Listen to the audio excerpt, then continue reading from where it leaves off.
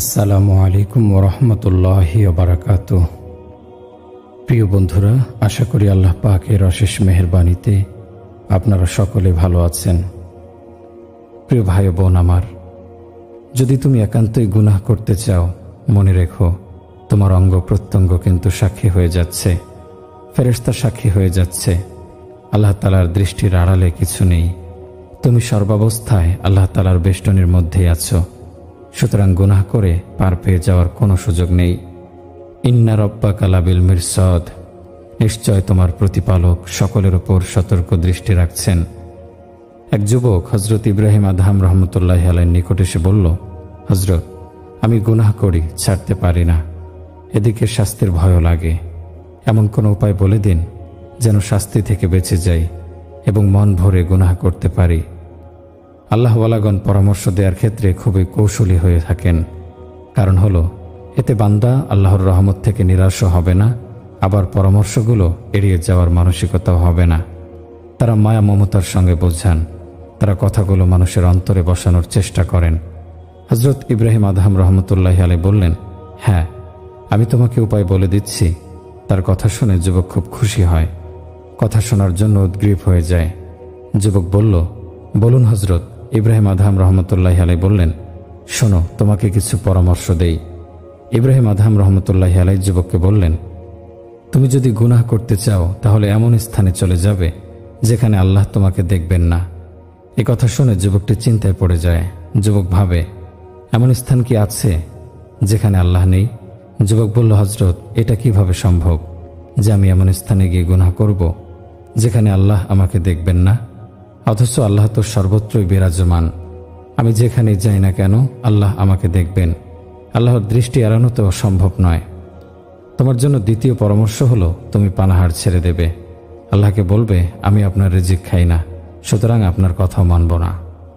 যুবক বলল, হযরত, এটা কিভাবে সম্ভব যে আমি পানাহার ছেড়ে দেব? পানাহার ছেড়ে দিলে আমি বাঁচব কিভাবে? রিজিকের মালিক তো আল্লাহই। তারপর হযরত ইব্রাহিম আদহাম বললেন, তোমার জন্য তৃতীয় পরামর্শ হলো, আসমান ও জমিনের মালিক যেহেতু আল্লাহ তাআলা, আর কারো ভূখণ্ডে বাস করে তার অবাধ্যতা করা উচিত নয়। তাই তুমি যখন গুনাহ করবে তখন আল্লাহর ভূখণ্ডের বাইরে চলে যাবে। আল্লাহ তাআলা পবিত্র কোরআনেও বিষয়টি তুলে ধরেছেন। ইয়া মা'শারাল জিন্নি ওয়াল ইনসি ইন ইসতাতা'তুম আন তানফুযু মিন আকতারিস সামাওয়াতি ওয়াল আরদি ফানফুযু লা তানফুযুনা ইল্লা বিসুলতান। হে জিন ও মানবকুল, আকাশমণ্ডলীয় পৃথিবীর প্রান্ত অতিক্রম করা যদি তোমাদের সাধ্যে কোলায় তবে অতিক্রম করো, কিন্তু ছাড়পত্র ব্যতীত তোমরা তা অতিক্রম করতে পারবে না। অর্থাৎ হে জিন ও মানব সম্প্রদায়, তোমরা যদি মনে করো যে তোমরা কোথাও গিয়ে মালাকুল মউতের কবল থেকে গা ঢাকা দিতে পারবে, অথবা হাসরের ময়দান থেকে পালিয়ে গিয়ে হিসাব নিকাশের ঝামেলা থেকে মুক্ত হয়ে যাবে, তবে এসো শক্তি পরীক্ষা করে দেখাও। যদি আকাশ ও পৃথিবীর সীমা অতিক্রম করার ক্ষমতা তোমাদের থাকে তবে অতিক্রম করে দেখাও। আলোচ্য আয়াতে কথা বলার উদ্দেশ্য হলো এই যে, প্রতিদান দিবসের উপস্থিতি এবং হিসাব নিকাশ থেকে পলায়ন করতে পারবে না মৃত্যুর কবল থেকে বাঁচতে। যুবক বলল, হযরত, এটাও তো সম্ভব নয়, কেননা সমস্ত ভূখণ্ড তো আল্লাহর, তাহলে এর বাইরে কিভাবে যাব? তারপর ইব্রাহিম আদহাম রহমতুল্লাহি আলাইহি বললেন, তাহলে আরেকটি উপায় বলছি, আর তা হলো, যখন মালাকুল মউত রূহ কবজ করতে আসবে তখন তাকে বলবে, একটু অপেক্ষা করুন, তওবা করে নেই। যুবক বলল, হযরত, এটাও সম্ভব নয়, মালাকুল মউত এলে তো মোটেও দেরি করবেন না। তারপর হযরত ইব্রাহিম আদহাম রহমতুল্লাহি আলাইহি বললেন, তাহলে উপায়টি বলছি, দেখো পারবে কিনা। আর তা হলো, যখন কবরে তোমাকে দাফন করা হবে এবং যেখানে মুনকার নাকির এসে তোমাকে প্রশ্ন করবে, তখন তুমি বলবে যে অনুমতি ছাড়া প্রবেশ করা যাবে না।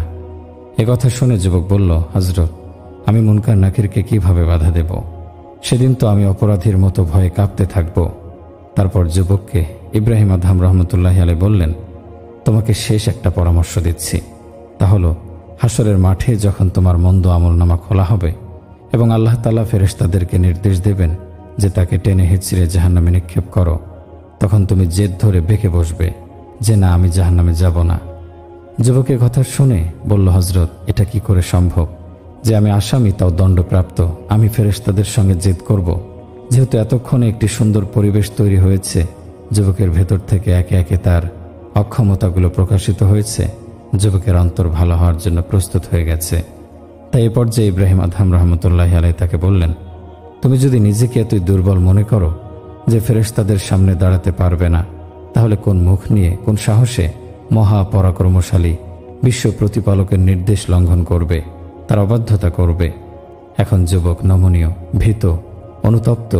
সে বলল, হজরত, আজ থেকে আমি গুনাহ হতে তওবা করছি, সাথে সাথে ওয়াদা করছি যে আর কখনো আল্লাহর নাফরমানি করব না। এটা কখনোই হয় না যে কেউ গুনাহ করবে আবার নিশ্চিন্তও থাকবে। যে ব্যক্তি গুনাহ করবে, চাই যত সফলভাবেই করুক না কেন, অন্তরে তার পেরেশানি থাকবেই, মাথায় দুশ্চিন্তা থাকবেই, যে কোনো সমস্যা তার হবেই। যে ব্যক্তি গুনাহ করবে, আল্লাহ তাআলা তার পেরেশানির আগুন জ্বালিয়ে দেন, তার অন্তর পেরেশান করে রাখেন। যতক্ষণ তওবা না করে অস্থিরতা দূর হয় না। পেরেশানি কখনো স্ত্রীর পক্ষ থেকে হয়, কখনো সন্তানের পক্ষ থেকে হয়, কখনো স্বাস্থ্য সংক্রান্ত হয়। কোনো না কোনোভাবে পেরেশানি লেগেই থাকে।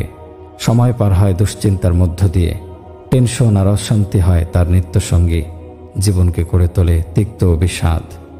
হজরত মাওলানা মসিহুল্লাহ খান রহমতুল্লাহ আলাই বলেন, তোমার যত ইচ্ছা গুনাহ করো, এরপর দেখো যদি এতে তোমার পার্থিব জীবন জাহান্নামে পরিণত না হয়, তাহলে বলো।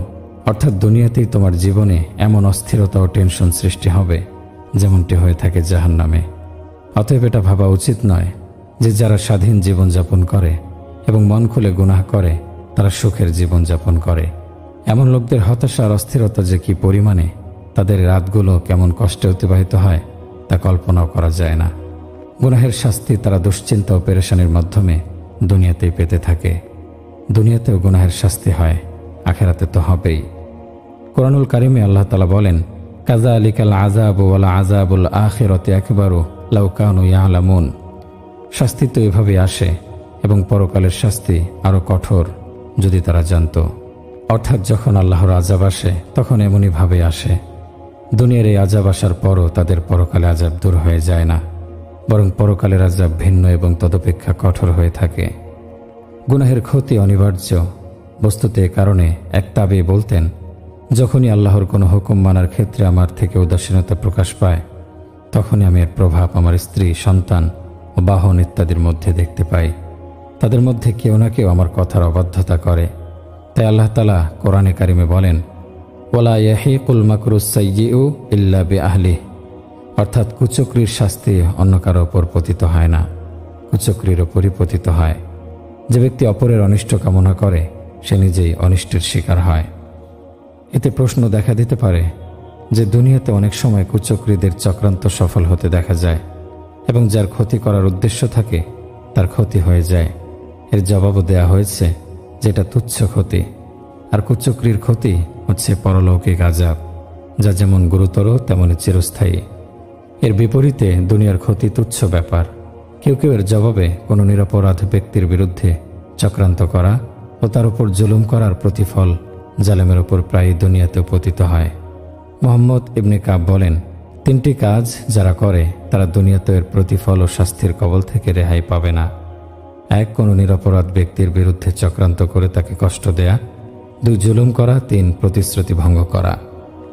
বিশেষত যে ব্যক্তি অসহায় এবং প্রতিশোধ গ্রহণের শক্তি রাখে না, অথবা প্রতিশোধ গ্রহণের শক্তি থাকা সত্ত্বেও সবর করে, তার উপর জুলুমের শাস্তি থেকে দুনিয়াতেও কাউকে বাঁচতে দেখা যায়নি। গুনাহের ক্ষতি নিজের দিকেই ফিরে আসে। মানুষ যখন মনে মনে গুনাহের পরিকল্পনা করে তখন এর প্রভাব তার পরিবারের ওপর পড়ে। কোনো মানুষ যেন না ভাবে যে আমি শুধু বেগানা কোনো নারীকে কুনজরে দেখেছি, বরং তার এটা মনে রাখা দরকার যে আমি যেমন পরের বাড়ির মেয়েদের কুনজরে দেখি, ঠিক তেমনি অন্য লোকও আমার বাড়ির মেয়েদের কুনজরে দেখে। সুতরাং এটা আমারই কুনজরের পরিণতি। গুনাহের কারণে বান্দা আল্লাহর দৃষ্টিতে লাঞ্ছনার পাত্রে পরিণত হয়, আর এটি অত্যন্ত বড় শাস্তি যে বান্দা তার প্রকৃত মনিবের দৃষ্টিতে লাঞ্ছনার পাত্রে পরিণত হয়। আল্লাহ তাআলা কোরআনুল কারিমে বলেন, অমাইয়ুহনিল্লাহু ফামা লাহু মিন মুকরিমিন ইন্নাল্লাহা ইয়াফআলু মা ইয়াশা। আল্লাহ যাকে লাঞ্ছিত করেন তাকে কেউ সম্মান দিতে পারে না, আল্লাহর যা ইচ্ছা তাই করেন। যদি কেউ গুনাহের মাধ্যমে আল্লাহ তাআলার অবাধ্যতা করে, তাহলে আল্লাহ তাকে পরিণামে এমনভাবে লাঞ্ছিত করেন যে সে পৃথিবীতে আর কাউকে মুখ দেখানোর যোগ্য থাকে না। সুতরাং বান্দার উচিত নিজেকে প্রকৃত মনিবের দৃষ্টিতে লাঞ্ছনার পাত্রে পরিণত না করা। কারণ বান্দা যখন আল্লাহর দৃষ্টিতে লাঞ্ছনার পাত্রে পরিণত হয়, তখন বান্দার দৃষ্টিতেও লাঞ্ছনার পাত্রে পরিণত হয়। প্রকাশ্যে মানুষ তাকে সম্মান করলেও অন্তরে ঘৃণা করে। বর্তমানে ক্ষমতাবান শ্রেণীর অবস্থাও তাই। মানুষ যদিও তাদের সামনে ভয়ে তাদেরকে সম্মান করে, কিন্তু আড়ালে গালিগালাজ করতে থাকে। গুনাহের কারণে ব্যক্তি অভিসম্পাতের পাত্রে পরিণত হয়। অন্যান্য সৃষ্টিজীবও তার প্রতি অভিসম্পাত করতে থাকে। এর কারণ হল পাপের ফলে আল্লাহর রহমতের দরজা বন্ধ হয়ে যায়, রহমতের বৃষ্টি বন্ধ হয়ে যায়, জীবিকায় সংকীর্ণতা দেখা দেয় এবং দুর্ভিক্ষ দেখা দেয়, যার ফলে মানুষ ছাড়াও অন্য সৃষ্টিজীবও কষ্টে নিপতিত হয়। ফলে তারাও নাফরমান ব্যক্তির প্রতি অভিসম্পাত করতে থাকে যে তোমাদের নাফরমানির ফলে আজ আমরাও ক্ষুধা তৃষ্ণায় কষ্ট পাচ্ছি। গুনাহের ফলে বান্দা বিপদ আপদ ও পেরেশানির বেষ্টনীতে আবদ্ধ হয়ে পড়ে। একটি বিপদ দূর হতে না হতেই অপর বিপদের সম্মুখীন হতে হয়। কোরআনে কারিমে আল্লাহ তাআলা বলেন, ওমা আসাবাকুম মিন মুসিবাতিন ফাবিমা কাসাবাত আইদিকুম ওয়া ইয়াফুনা আন কাসীর। তোমাদের উপর যে সব বিপদ আপদ পতিত হয় তা তোমাদেরই কর্মফল, এবং তিনি তোমাদের অনেক গুনাহ ক্ষমা করেছেন। মানুষ বিপদের সম্মুখীন হয় হয়তো আল্লাহ তাআলার পক্ষ হতে পরীক্ষা হিসেবে অথবা শাস্তিস্বরূপ। পরীক্ষা হিসেবে যে সব বিপদের সম্মুখীন হয় তাতে কোনো লাঞ্ছনা অপমান নেই। পক্ষান্তরে যা শাস্তিস্বরূপ হয়ে থাকে তাতে অপমান ও অপমান থাকে। সুতরাং যদি দেখা যায় যে কেউ লাঞ্ছনাকর বিপদে নিপতিত, তাহলে বুঝতে হবে যে এটি তার গুনাহের শাস্তি। গুনাহের ফলে বান্দা আল্লাহ তাআলার নিকট মন্দ উপাধির পাত্রে পরিণত হয়। গুনাহে লিপ্ত ব্যক্তিকে বলা হয় ফাসেক, ফাজের, পাপী, খবিস, জালেম, মিথ্যুক, খেয়ানতকারী, অহংকারী। পক্ষান্তরে নেক কাজ করলে বান্দা ভালো উপাধি পায়, যেমন মুমিন, ওলি, আবেদ, আরেফ, সাবের, শাকের। এগুলো নেককারদের উপাধি হয়ে থাকে। গুনাহের ফলে বান্দা রাসূলুল্লাহ সাল্লাল্লাহু আলাইহি সাল্লামের অভিসম্পাতের পাত্রে পরিণত হয়। কিছু কিছু গুনাহে লিপ্ত ব্যক্তির প্রতি হাদিস শরীফেও লাআনত এসেছে। যেমন হাদিস শরীফে এসেছে যে রাসূলুল্লাহ সাল্লাল্লাহু আলাইহি সাল্লাম সুদ প্রদানকারী, গ্রহণকারী, সুদী কারবারের লেখক, সাক্ষী সকলের প্রতি লাআনত করেছেন। আসলে সুদের কুফল বর্ণনা করে শেষ করা যাবে না। সুদের কারণে অনেকেই বিভিন্ন মুসিবতে ও সংকীর্ণ জীবনযাপন করতে দেখা গেছে। এটি একটি অতিরিক্ত পেরেশানি। এ পেরেশানি কত সুন্দর জীবনযাপনকারীর জীবন তছনছ করে দিয়েছে। যে সুদ থেকে যতটুকু আত্মরক্ষা করে চলবে, সে ততটুকু আনন্দময় জীবন উপভোগ করবে। যে ব্যক্তি সুদ বর্জন করবে না, তার ব্যাপারে কোরআনে কারিমে আল্লাহ তাআলা বলেন, যারা সুদ খায় তারা কিয়ামতের দিন দণ্ডায়মান হবে, যেভাবে দণ্ডায়মান হয় ওই ব্যক্তি যাকে শয়তান আসর করে মোহবিষ্ট করে দেয়। তাদের এই অবস্থার কারণ এই যে তারা বলেছে ক্রয় বিক্রয় তো সুদ নেয়ারই মতো, অথচ আল্লাহ তাআলা ক্রয় বিক্রয় হালাল করেছেন এবং সুদ হারাম করেছেন। অতঃপর যার কাছে তার পালনকর্তার পক্ষ হতে উপদেশ এসেছে এবং সে বিরত হয়েছে, পূর্বে যা হয়ে গেছে তা তার ব্যাপারে আল্লাহর উপর নির্ভরশীল। আর যারা পুনরায় সুদ নেয় তারাই জাহান্নামে যাবে, তারা সেখানে চিরকাল অবস্থান করবে। আল্লাহ তাআলা সুদকে নিশ্চিহ্ন করেন এবং দান খয়রাতকে বর্ধিত করেন।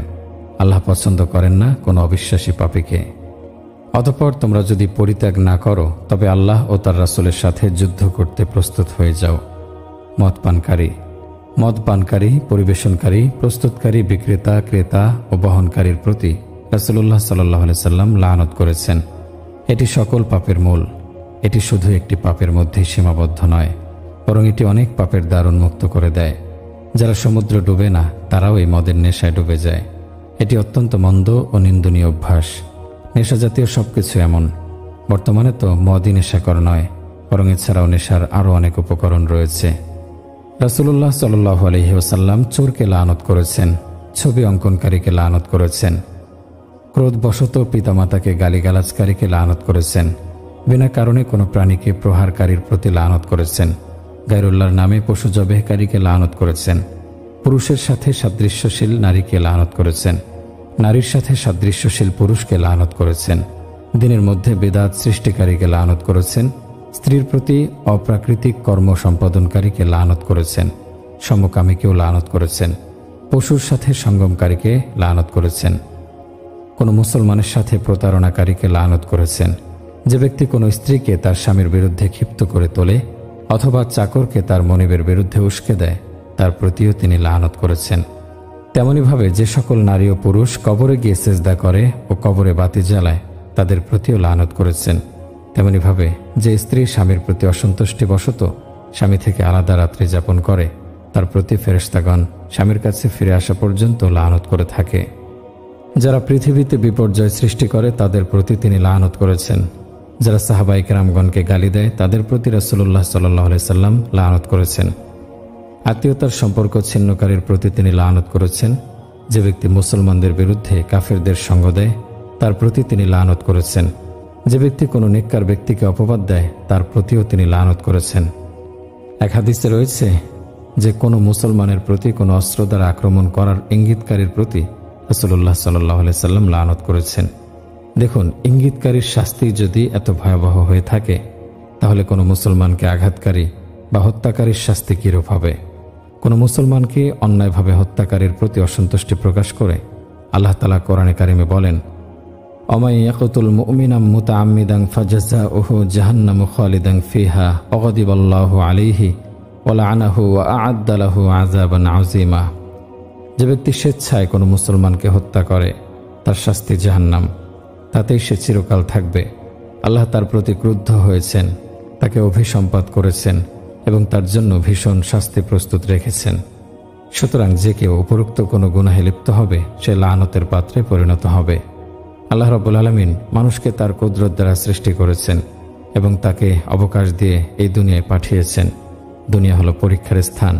এটা প্রমোদ কানন নয়, রং তামাশার জায়গা নয়, বিশ্রামস্থল নয়, চিরকাল অবস্থানের জায়গাও নয়। কিন্তু এখন আমরা এখানে যেভাবে বিচরণ করছি তা বড়ই হতাশাজনক। আমরা এই পরীক্ষার স্থানকে বিচারস্থল বানিয়ে নিয়েছি। বিচরণস্থল বানিয়ে নিয়েছি। আল্লাহ তাআলা আমাদের গুনাহমুক্ত জীবন গড়ার তৌফিক দিন, আমিন। এখানে প্রত্যেককে পরীক্ষা করা হচ্ছে, তবে পরীক্ষার পদ্ধতি ভিন্ন ভিন্ন। আল্লাহ তাআলা কাউকে বেশি দিয়ে পরীক্ষা করেন, কারো থেকে কেড়ে নিয়ে অথবা না দিয়ে পরীক্ষা করেন, আবার কাউকে দিয়ে পরীক্ষা করেন। সবাই কোনো না কোনোভাবে পরীক্ষা দিচ্ছে। কেউ বুঝতে পারে, কেউ বুঝতে পারে না। যে বুঝতে পারে সে জীবনকে খেলতামাশার বস্তুতে পরিণত করে না। তার খেয়াল থাকে দুনিয়ার চাকচিক্য, আলো ঝলমলে রঙিন দুনিয়ার মোহ থেকে বেঁচে থাকা। বরণ করে নেয় দুনিয়ার কণ্টকাকীর্ণ পথ, প্রত্যাখ্যান করে লোভ লালসা, গ্রহণ করে দরিদ্র জীবন, খোঁজে আল্লাহ তাআলার রেজামন্দি কিভাবে অর্জন হবে, ধৈর্য ধারণ করে পার করে জীবন পরকালের সফলতার আশায়। আর যে পরীক্ষাগার দুনিয়াকে বুঝতে পারে না সে বেছে নেয় খেলতামাশার জীবন, ভাবে দুনিয়ার জীবনই সব। যতদিন বাঁচি আনন্দ ফুর্তিতে কাটিয়ে যায় জীবন। হালাল হারামের বাস বিচার নেই, ন্যায় অন্যায়ের পরোয়া নেই, বেপরোয়া জীবন, লাগামহীন সে জীবন। অথচ কত শিক্ষা তাদের জন্য রয়েছে অতীতে, আছে বর্তমানে তাদের চোখের সামনে। শিক্ষার জন্য কি এটা যথেষ্ট নয় যে কত জীবন তাদের চোখের সামনে কবরে দাফন হয়ে গেছে? কত সুস্থ সবল শক্তিশালী মানুষ মুহূর্তেই শক্তি হারিয়ে শয্যাশায়ী।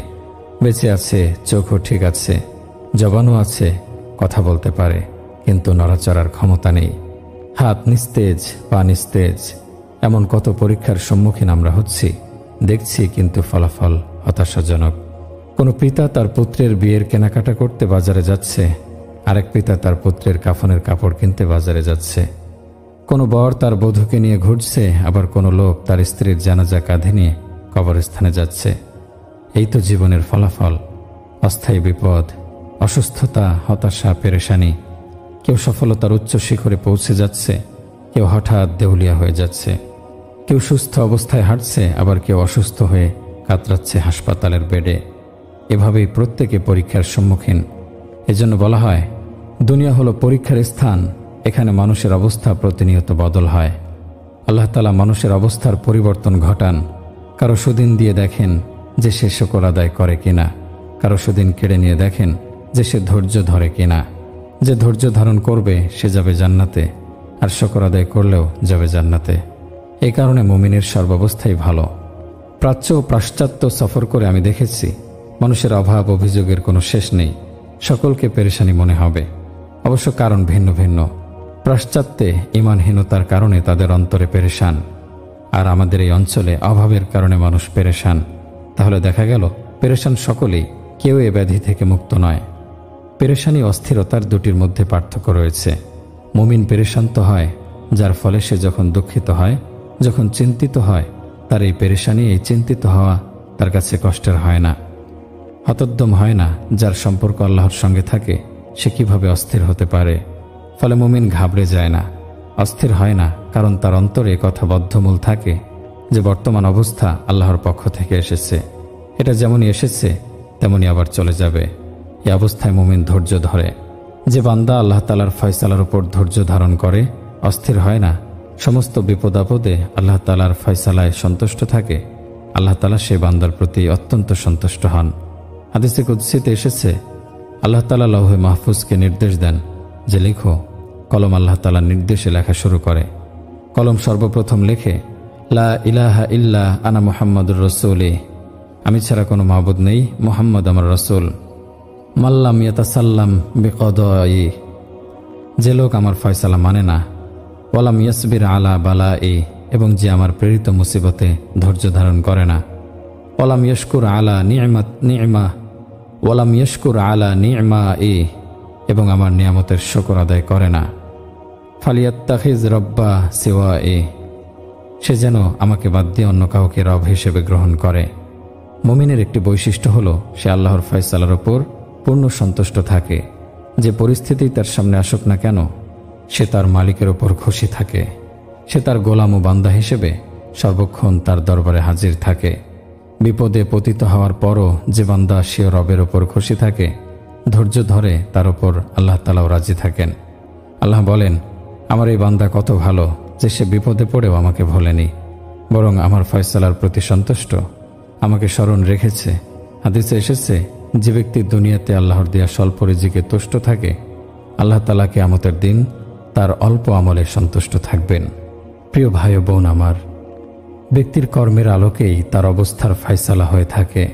কর্ম ভালো হলে তার পরকালীন জীবন উত্তম হবে, আর কর্ম মন্দ হলে তার অবস্থান মন্দ হবে। কিন্তু বর্তমানে আমাদের মানসিকতা হলো, আমার অবস্থা আগে ঠিক হোক, তারপর আমার আমল ঠিক করে নেব। এটি তো আল্লাহ তাআলার নির্ধারিত রীতির পরিপন্থী। আমরা আগে আমাদের আমল সুন্দর করব, অতঃপর আল্লাহ তাআলা আমাদের অবস্থাকে সুন্দর করে দেবেন। কাউকে যদি বলা হয়, ভাই আপনি মসজিদে আসছেন না কেন? তখন সে বলে, ভাই আমার কাজ কারবার আগে ঠিক করে নেই, তারপর মসজিদে আসব। অর্থাৎ সেই বিপরীত চিন্তা, আগে অবস্থা ঠিক হোক, পরে আমল করব। পক্ষান্তরে যারা আমলকে ঠিক করে নেয়, সুন্দর করে নেয়, আল্লাহ তাআলা তাদের অবস্থাকে সুন্দর করে দেন। নেক কাজের পরকালীন উপকারিতা তো রয়েছে, পার্থিব উপকারিতাও রয়েছে। আমরা যদি নেক আমলের পার্থিব উপকারিতা সম্পর্কে অবগত হই, তাহলে আমরা নেক আমলের দিকে মনোযোগী হব। প্রকৃত অর্থে নেক আমলের উপকারিতা সম্পর্কে আমরা জানি না।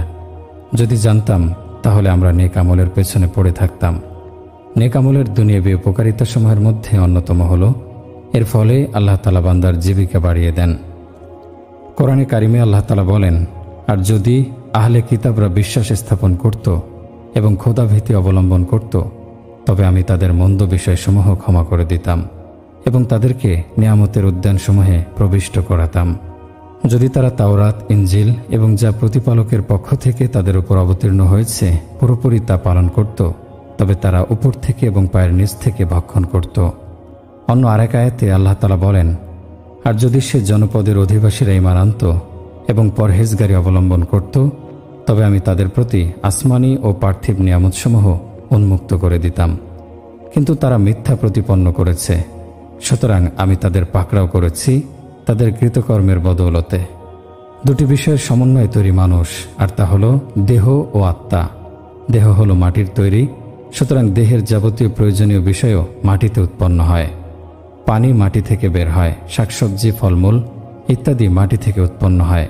পোশাক তৈরির যাবতীয় সরঞ্জাম মাটি থেকে উৎপন্ন হয়। সুতরাং দেহের যাবতীয় প্রয়োজনীয় বিষয় আল্লাহ তাআলা মাটিতে রেখে দিয়েছেন, আর রুহু তথা আত্মা এসেছে ঊর্ধ্ব জগৎ থেকে। সুতরাং আত্মার খোরাকও ঊর্ধ্ব জগৎ থেকে আগত জ্যোতি। আল্লাহ তাআলা বলেন, হে আমার বান্দা, তোমরা যদি তাকওয়া অবলম্বন করো, তাহলে আমি তোমাদের উপর নূরের বৃষ্টি বর্ষণ করব, যা তোমাদের আত্মার খোরাক হিসেবে যথেষ্ট হবে, এবং জমিন থেকে তোমাদের জন্য সকল নিয়ামত উৎপন্ন করব, যা তোমাদের দেহের খোরাক হিসেবে যথেষ্ট হবে। আল্লাহ তাআলা নিজেই বান্দার রিজিকের জিম্মাদারি গ্রহণ করেছেন। আল্লাহ তাআলা এই মাখলুকের জীবিকার ব্যবস্থা করেন। আল্লাহ তাআলা কোরআনে কারিমে বলেন, ওমা মিন দাব্বাতিন ফিল আরদি ইল্লা আলাল্লাহি রিজকুহা। জমিনের উপর বিচরণশীল এমন কোনো জীব নেই যার রিজিক পৌঁছানোর দায়িত্ব আল্লাহ তাআলার উপর নেই। আল্লাহ তাআলাই পৃথিবীতে বিচরণশীল সকল জীবের জীবিকার ব্যবস্থা করেন। তিনি পানিতে মাছকে, শূন্যে পক্ষীকুলকে এবং পৃথিবীতে বিচরণশীল মানুষ ও অন্যান্য সকল প্রাণীকে জীবিকা পৌঁছে দেন। আল্লাহ পাকই রিজিকের জিম্মাদার। আল্লাহ তাআলা নেক আমলের বদৌলতে বান্দাকে শুধু রিজিকের বরকতই নয়, বরং সার্বিক বরকত দান করেন। সুস্থতার বরকত, হায়াতে বরকত, সময়ে বরকত, জ্ঞান বুদ্ধিতে বরকত, সন্তান সন্ততিতে বরকত, মান সম্মান ইত্যাদিতে বরকত দান করেন। নেক আমলের দ্বারা আল্লাহ তাআলা বান্দার পেরেশানি দূর করে দেন। আল্লাহওয়ালাগণ দেখলে বোঝা যায় যে তাদের মাঝে কোনো অস্থিরতা নেই, কোনো পেরেশানি নেই। কোনো প্রকার পেরেশানি দেখা দিলেও তাদের মধ্যে অস্থিরতা ও হাহতাশ ভাব সৃষ্টি হয় না। নেক আমলের ফলে আল্লাহ তাআলা বান্দার আশা পূর্ণ করে দেন। কোনো নেক মাকসাদ থাকলে আল্লাহ তাআলা পূর্ণ করে দেন। কোরআনে কারিমে আল্লাহ তাআলা বলেন, ওমাই ইয়াত্তাকিল্লাহা ইয়াজআল লাহু মিন আমরিহি ইউসরা। যে আল্লাহকে ভয় করে আল্লাহ তার কাজ সহজ করে দেন। আল্লাহ তাআলা যদি কোনো কাজ সহজ করে দেন তাহলে তা কি কখনো কঠিন হতে পারে? সুতরাং যে ব্যক্তি তাকওয়া অবলম্বন করবে, বেশি বেশি ইস্তিগফার ও দরুদ পড়বে, আল্লাহ তাআলা তাকে দুনিয়ার সকল পেরেশানি হতে নিরাপদে রাখবেন। যদি কখনো পেরেশানি এসে যায়, আল্লাহর রহমতে তা কেটে যায়। এর ফলে কখনো অস্থিরতায় ভুগতে হয় না, বরং আল্লাহ তাআলা স্বাচ্ছন্দ্যময় জীবন দান করেন। কোরআনে কারিমে আল্লাহ তাআলা বলেন, মান আমিলা সলিহাম মিন যাকারিন আও উনসা ওয়া হুয়া মুমিনুন ফালানুহয়িয়ান্নাহু হায়াতান তাইয়্যিবাতাও ওয়া লানাজজিয়ান্নাহুম আজরাহুম বিআহসানি মা কানু ইয়ামালুন। যে সৎকর্ম সম্পাদন করে এবং যে ইমানদার পুরুষ হোক কিংবা নারী, আমি তাকে জীবন দান করব এবং প্রতিদানে তাদেরকে তাদের উত্তম কাজের কারণে প্রাপ্য পুরস্কার দেব যা তারা করত। এটি মহান রব্বুল আলামিনের প্রতিশ্রুতি। যে ব্যক্তি সৎকর্ম সম্পাদন করবে, নেক কাজ করবে, সে নারী হোক বা পুরুষ হোক, আল্লাহ তাআলা অবশ্যই তাকে স্বাচ্ছন্দ্যময় জীবন দান করবেন। আল্লাহ তাআলা প্রতিশ্রুতি দিয়েছেন, নেক আমল করার দ্বারা অবশ্যই তিনি আমাদের জীবনে স্বাচ্ছন্দ্য দান করবেন। নেক আমলের ফলে আল্লাহ তাআলা রহমতের বৃষ্টি দান করেন ও দুর্ভিক্ষ থেকে রক্ষা করেন। কোরআনে কারিমে আল্লাহ তাআলা বলেন, ফাকুলতু ইস্তাগফিরু রাব্বাকুম ইন্নাহু কানা গফফারা ইউরসিলিস সামাআ আলাইকুম মিদরারা ওয়া ইউমদিদুকুম বিআমওয়ালিন ওয়া বানিনা ওয়া ইয়াজআল লাকুম জান্নাতিন ওয়া ইয়াজআল লাকুম আনহারা। অতঃপর বলেছি, তোমরা তোমাদের পালনকর্তার নিকট ক্ষমা প্রার্থনা করো, তিনি অত্যন্ত ক্ষমাশীল। তিনি তোমাদের উপর অজস্র বৃষ্টিধারা ছেড়ে দেবেন, তোমাদের ধন সম্পদ ও সন্তান সন্ততি বাড়িয়ে দেবেন, তোমাদের জন্য উদ্যান স্থাপন করবেন এবং তোমাদের জন্য নদীনালা প্রবাহিত করবেন। সুতরাং কোরআনে কারিমে আল্লাহ তাআলা ঘোষণা করেছেন যে ইস্তিগফার করবে, এর ফলে আল্লাহ তাআলা বান্দাকে এ সকল নিয়ামত দান করবেন। যে ব্যক্তি ইস্তিগফারকে নিজের জন্য আবশ্যক করে নেবে, সেই কিয়ামতের দিবসে সর্বাপেক্ষা আনন্দ ভোগ করবে এবং তার আমলনামা অনেক ভারী হবে। ইস্তিগফারের মাঝেই আমাদের সকল প্রকার পেরেশানির সমাধান রয়েছে, অথচ ইস্তিগফারই পড়া হয় না। এত উপকারী একটি আমলকে আমরা কতই না অবহেলা করি। রাসূলুল্লাহ সাল্লাল্লাহু আলাইহি ওয়াসাল্লাম বলেন, যে ব্যক্তি ইস্তিগফারকে নিজের জন্য আবশ্যক করে নেবে, আল্লাহ তাআলা তার সকল পেরেশানির সমাধান করে দেবেন। ইস্তিগফার অন্তরকে পরিষ্কার করে। কিয়ামতের দিন শুধু পরিশুদ্ধ অন্তরই কাজে লাগবে, অন্য কোনো কিছু মানুষের কাজে আসবে না। যেহেতু পরকালীন সফলতা পরিশুদ্ধ অন্তরের উপর নির্ভর করে, তাই দরকার পরিশুদ্ধ অন্তর। হযরত ইব্রাহিম আলাইহিস সালাম একদিন স্বীয় বকরির পাল চড়াতে যাচ্ছিলেন। তার নিকট দিয়ে একজন লোক হেঁটে যায়। লোকটি গুনগুন করে বলছিল, সুবহানাজিল মুলকি ওয়াল মালাকুতি সুবহানাজিল ইজ্জাতি ওয়াল আজমাতি ওয়াল হাইবাতি ওয়াল কুদরতি ওয়াল কিবরিয়াই ওয়াল জাব্বারুত। লোকটি যখন হৃদয় কাড়া ভাষায় আল্লাহ তাআলার প্রশংসা করছিল, তখন তা শুনে হযরত ইব্রাহিম আলাইহিস সালামের হৃদয় আপ্লুত হয়ে ওঠে। হৃদয়ে আনন্দের বাণ ডাকে। ইব্রাহিম আলাইহিস সালামের হৃদয় চেয়েছিল, আমার আল্লাহর সৌন্দর্য ও গুণের প্রশংসা চলুক অবিরত। ইব্রাহিম আলাইহিস সালাম লোকটির কাছে দৌড়ে যান এবং তাকে বলেন, ভাই, আরেকবার বলুন তো আল্লাহর নামের সেই প্রশংসার বাক্যগুলো। লোকটি বলল, বললে তুমি আমায় কি দেবে? হযরত ইব্রাহিম আলাইহিস সালাম বললেন, বকরির পালের অর্ধেক তোমাকে দেব। লোকটি আল্লাহর সৌন্দর্য ও প্রশংসার বাক্যগুলো আবার বলে। বাক্যগুলো শুনে হযরত ইব্রাহিম আলাইহিস সালামের অন্তরে যেন মধুবর্ষণ হলো। আবার শুনতে চাইলেন হজরত ইব্রাহিম আলাইসাল্লাম। লোকটি বলল, বলতে পারি, বললে কি দেবে? হজরত ইব্রাহিম আলাইসাল্লাম বললেন, বকরির পালের বাকি অর্ধেক তোমাকে দিয়ে দেব। লোকটি আল্লাহর সৌন্দর্য ও প্রশংসার বাক্যগুলো আবার বলল, কিন্তু তা শুনে হজরত ইব্রাহিম আলাইসাল্লামের মন ভরে না, তৃষ্ণা মেটে না, আবারও তা শুনতে মন চায়। হজরত ইব্রাহিম আলাইসাল্লাম লোকটির নিকট আবার দরখাস্ত করেন, ভাই আবার বলো তো। লোকটি বলল, আপনার কাছে দেওয়ার মতো আর কি আছে? হজরত ইব্রাহিম আলাইসাল্লাম বললেন, তুমি বকরি নিয়েছ, কিন্তু বকরি চারানোর রাখাল লাগবে না? আমি বকরি চারানোর রাখাল হব। তুমি বাক্যগুলো আবার বলো। লোকটি হজরত ইব্রাহিম আলাইসাল্লামের কথা শুনে বলল, হে ইব্রাহিম খলিলুল্লাহ, তুমি মুবারক হও। আমি আল্লাহর ফেরেশতা। আল্লাহ পাক আমাকে পাঠিয়েছেন আপনার পরীক্ষা নেওয়ার জন্য। আল্লাহ তাআলা বললেন, তুমি আমার বন্ধু ইব্রাহিমের কাছে গিয়ে আমার নাম স্মরণ করো, দেখো সে এর কেমন মূল্য দেয়। অন্তর যদি পরিশুদ্ধ হয় তাহলে বান্দা নিজের প্রাণও আল্লাহর জন্য কোরবান করে দিতে পারে। আমাদের এই জীবন আল্লাহর দান। এ জীবন তাকে বিলিয়ে দিলেও কৃতজ্ঞতা আদায় হবে না, কারণ আমাদের ওপর আল্লাহ তাআলার ইহসান তো অনেক বড়। আল্লাহর প্রিয় বান্দাগণ আল্লাহর জন্য তাদের প্রাণ উৎসর্গ করেন, আবার এভাবে জান দিতে পারাকে আল্লাহর ইহসান বলে মনে করেন। এটা অন্তরকে পরিশুদ্ধ করার ফলে হয়। অন্তরকে আল্লাহমুখী করলে পরিশুদ্ধ অন্তর গড়ে, পক্ষান্তরে আল্লাহ বিমুখতা অন্তরকে বিনষ্ট করে। সুতরাং আমাদের জন্য অন্তর একটি গুরুত্বপূর্ণ জিনিস। অন্তর বিনষ্ট হওয়া অতি সহজ। বর্তমানে যুবকদের অন্তরগুলো নষ্ট হয়েছে গায়রে মাহরাম মেয়েদের দিকে বদনজরের কারণে। সারাদিন যারা নারীদের দেখে নেশা মেটায়, তারা যখন পড়তে বসে বা নামাজে দাঁড়ায়, তখন তাদের চোখে অসংখ্য নারী মূর্তি ভেসে ওঠে। কারণ হলো দিনভর তারা অন্তর নষ্ট করেছে। জৈনক লোক হজরত হাসান বসরি রহমতুল্লাহ আলাইহির নিকট এসে বললেন, হজরত আমার অন্তর ঘুমিয়ে পড়েছে। হাসান বসরি রহমতুল্লাহ আলাইহি বললেন, কিভাবে? লোকটি বলল, হজরত আপনি তালিম দেন, ওয়াজ নসিহত করেন, কিন্তু আমার অন্তরের কোনো প্রভাব পড়ে না। হাসান বসরি রহমতুল্লাহ আলাইহি বললেন, যদি তা হয় তাহলে এভাবে বলো না যে অন্তর ঘুমিয়ে গেছে, বরং বলো অন্তর মরে গেছে। লোকটি বলল, হজরত অন্তর মরে যায় কিভাবে? হাসান বসরি রহমতুল্লাহ আলাইহি বললেন, যে ঘুমিয়ে থাকে তাকে ধরে নাড়া দিলে সে জেগে ওঠে, কিন্তু যে ব্যক্তি নাড়া দিলেও জাগে না সে ঘুমন্ত নয়, বরং মৃত। যে ব্যক্তি আল্লাহর কালাম শোনে, রাসূলুল্লাহ সাল্লাল্লাহু আলাইহি সাল্লামের নির্দেশ শোনে, তারপরও অন্তরে ভাবান্তর ঘটে না, তাহলে বুঝতে হবে তার অন্তর মরে গেছে। এটা অন্তর মরে যাওয়ার আলামত। তাই আমাদের কর্তব্য হলো অন্তর মরে যাওয়ার আগেই তাকে আত্মিকভাবে জীবিত করে তোলা, সর্বদা তওবা ইস্তেগফার করা। তওবা ইস্তেগফারে অন্তর পরিশুদ্ধ হয়। যে অন্তর পরিশুদ্ধ হয় এবং তাতে আল্লাহ পাকের মহব্বত ভরপুর হয়, সে অন্তরের অবস্থা পাল্টে যায় এবং তাতে ভিন্ন মাত্রার জোশ পয়দা হয়। আল্লাহ তাআলা বলেন, ওয়াজারু যাহিরাল ইসমি ওয়া বাতিনাহ, তোমরা প্রকাশ্য এবং গুপ্ত গুনাহ ছেড়ে দাও। তওবা দুই জিনিসের নাম, গুনাহ বর্জন করা এবং ভবিষ্যতে গুনাহ না করার দৃঢ় প্রত্যয় করা। আল্লাহ তাআলা তওবার দরজা সর্বদার জন্য খোলা রেখেছেন। এছাড়া অন্য দরজা কখনো খোলে আবার বন্ধ হয়, কিন্তু তওবার দরজার বিপরীত, সেটা সর্বদা খোলা থাকে। আল্লাহ তাআলা বান্দার তওবার জন্য সর্বদা অপেক্ষায় থাকেন। তওবা ইস্তেগফারের মধ্যে পার্থক্য আছে। ইস্তেগফার বলে কৃত গুনাহের উপর লজ্জিত হয়ে ক্ষমা চাওয়া, এই অনুশোচনায় দগ্ধ হওয়া যে আমি এটা কি করলাম, এর নাম ইস্তেগফার। আর ভবিষ্যতে ওই গুনাহ না করার প্রত্যয়কে বলে তওবা।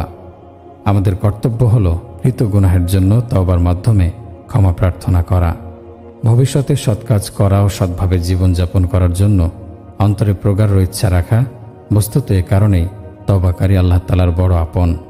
যখনই কেউ সাচ্চা তওবা করে তখনই সে আল্লাহর প্রিয়জন হয়ে যায়, বরং আল্লাহ তার প্রতি অনেক অনেক খুশি হন। আল্লাহ তাআলা এত দয়ালু, এত মেহেরবান যে বান্দা খাঁটি মনে তওবা করলে তিনি খুশি হন। শয়তান যখন আল্লাহর নির্দেশ অমান্য করল, আদম আলাইহিস সালামকে সিজদা করতে অস্বীকার করল, তখন আল্লাহ তাআলা বললেন, ফাখরুজ মিনহা ফাইন্নাকা রাজিম, বেরিয়ে যায় এখান থেকে, নিশ্চয়ই তুই বিতাড়িত। তখন শয়তান বলেছিল, ক্বালা রাব্বি ফাআনজিরনি ইলা ইয়াউমি ইউবআসুন, হে প্রভু আপনি আমাকে কিয়ামত দিবস পর্যন্ত অবকাশ দিন। ফাইন্নাকা মিনাল মুনজারিন, ঠিক আছে তোমাকে অবকাশ দেয়া হলো, সে অবধারিত সময় উপস্থিত হওয়ার দিন পর্যন্ত। সে বলল, হে আমার পালনকর্তা, আপনি যেমন আমাকে পথভ্রষ্ট করেছেন, আমিও তাদের সবাইকে পৃথিবীতে নানা সৌন্দর্যে আকৃষ্ট করব এবং তাদের সবাইকে পথভ্রষ্ট করে দেব, আপনার মনোনীত বান্দাদের ব্যতীত।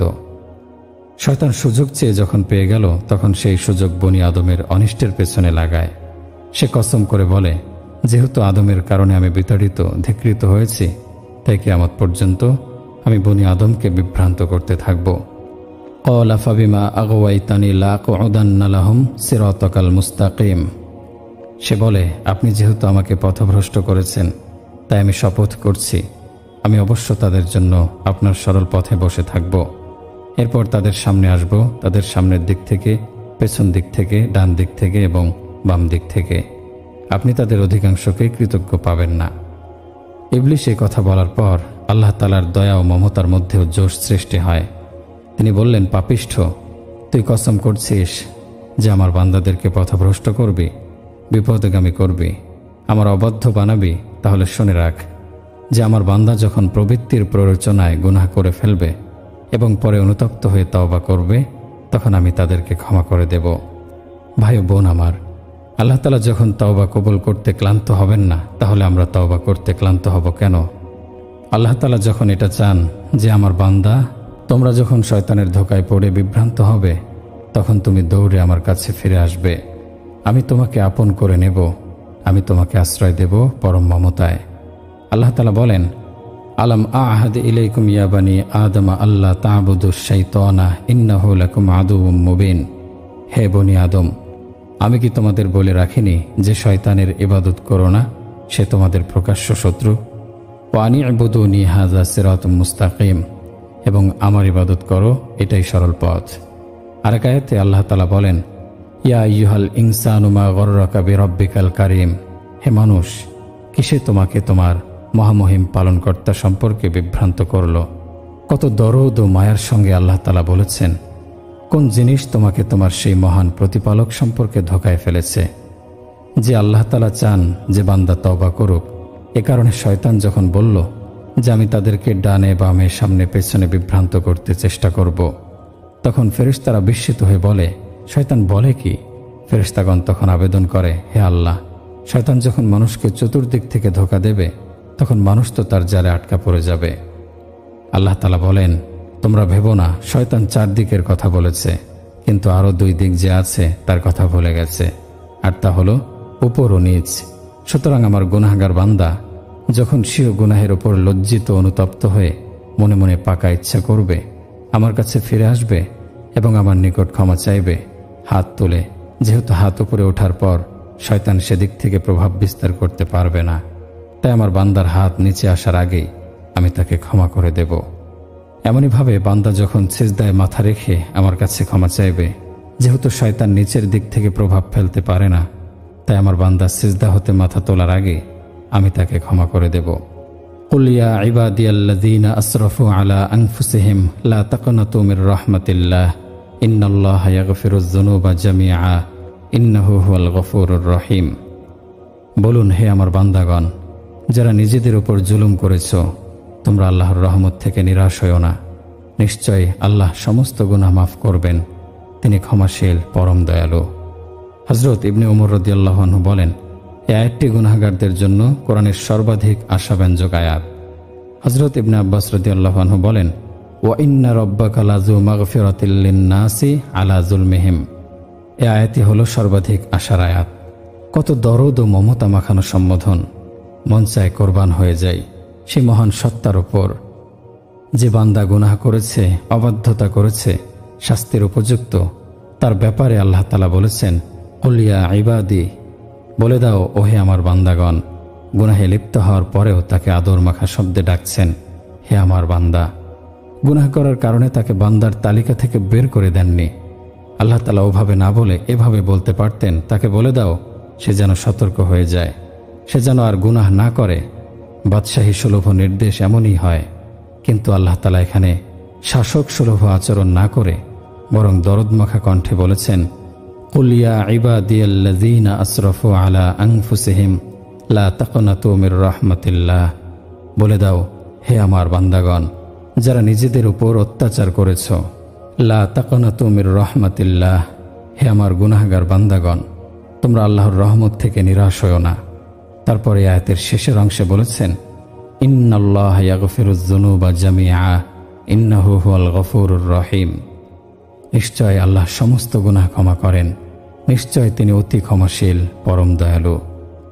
গুনাহগার বান্দা যখন অনুতপ্ত হয়ে আল্লাহ তাআলার কাছে ক্ষমা চায়, আল্লাহ তাআলার কাছে কাকুতি মিনতি করে বলে, হে আল্লাহ, আমি এক অবাধ্য বান্দা, তোমার দরবারে ক্ষমা চাইছি, আমার গুনাহগুলো ক্ষমা করো, তুমিই ক্ষমাশীল, দয়ালু, মেহেরবান, ক্ষমা তোমার শান, আমাকে ক্ষমা করো।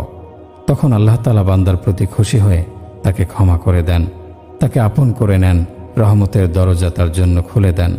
একদা রাসূলুল্লাহ সাল্লাল্লাহু আলাইহি সাল্লাম কোনো এক জিহাদের ময়দান থেকে ফেরার পথে সমুদ্র তীরবর্তী এক স্থানে তাঁবু ফেললেন। সমুদ্র তীর সাধারণত বালুকাময় থাকে। তিনি সেখানে নামাজ আদায় করলেন, কেঁদে কেঁদে উম্মতের জন্য দোয়া করলেন। তিনি দেখলেন একটি ছোট পাখি এসে ঠোঁট দ্বারা কিছু বালুকণা নিয়ে সমুদ্রে চলে গেল। সে 3 বার এরকম করল। তখন জিবরাইল আলাইহিস সালাম এসে রাসূল সাল্লাল্লাহু আলাইহি সাল্লামকে বললেন, আপনার দোয়ার বাস্তব চিত্র দেখানো হলো। রাসূল সাল্লাল্লাহু আলাইহি সাল্লাম বললেন, তা কিভাবে?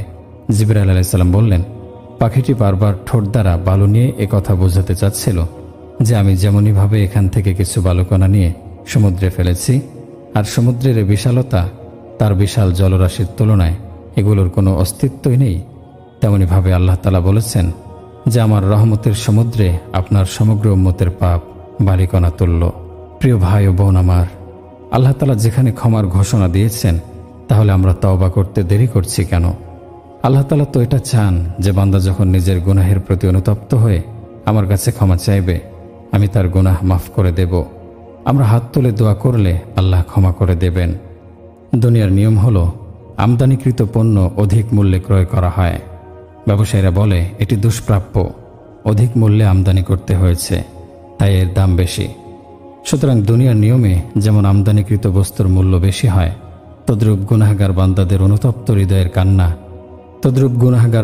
অনুতপ্ত হৃদয়ে কান্নার ফলে চোখ থেকে যে অশ্রু ফোঁটা বের হয়, ফেরেশতাগণ তা যখন আরশে আজিমে নিয়ে যায়, উপর জগতে অশ্রু ফোঁটাও আমদানিকৃত বস্তুর মতো মূল্যবান। তখন আল্লাহ গুনাহগার বান্দার এই অশ্রু ফোঁটাগুলোকে মণিমুক্তার সমতুল্য বিবেচনা করেন। এই জন্য আল্লাহ তাআলা বলেন, আমার নিকট 2টি ফোঁটার মূল্য অনেক বেশি। একটি হলো শহীদের রক্তের ফোঁটা এবং দ্বিতীয়টি হলো গুনাহগার বান্দার চোখের অশ্রু ফোঁটা।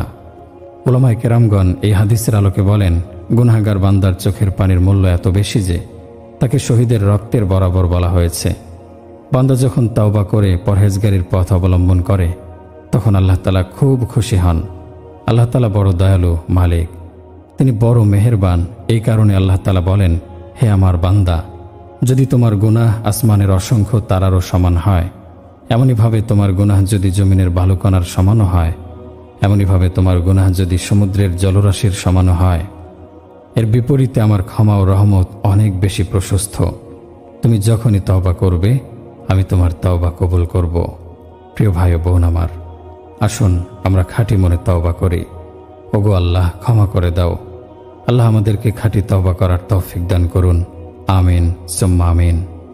প্রিয় ভাই ও বোন আমার, এই বিষয়বস্তুগুলো আমাদের ভাবনায় অনুপস্থিত। আমাদের ভাবনায় রাজত্ব করে অন্য কথা।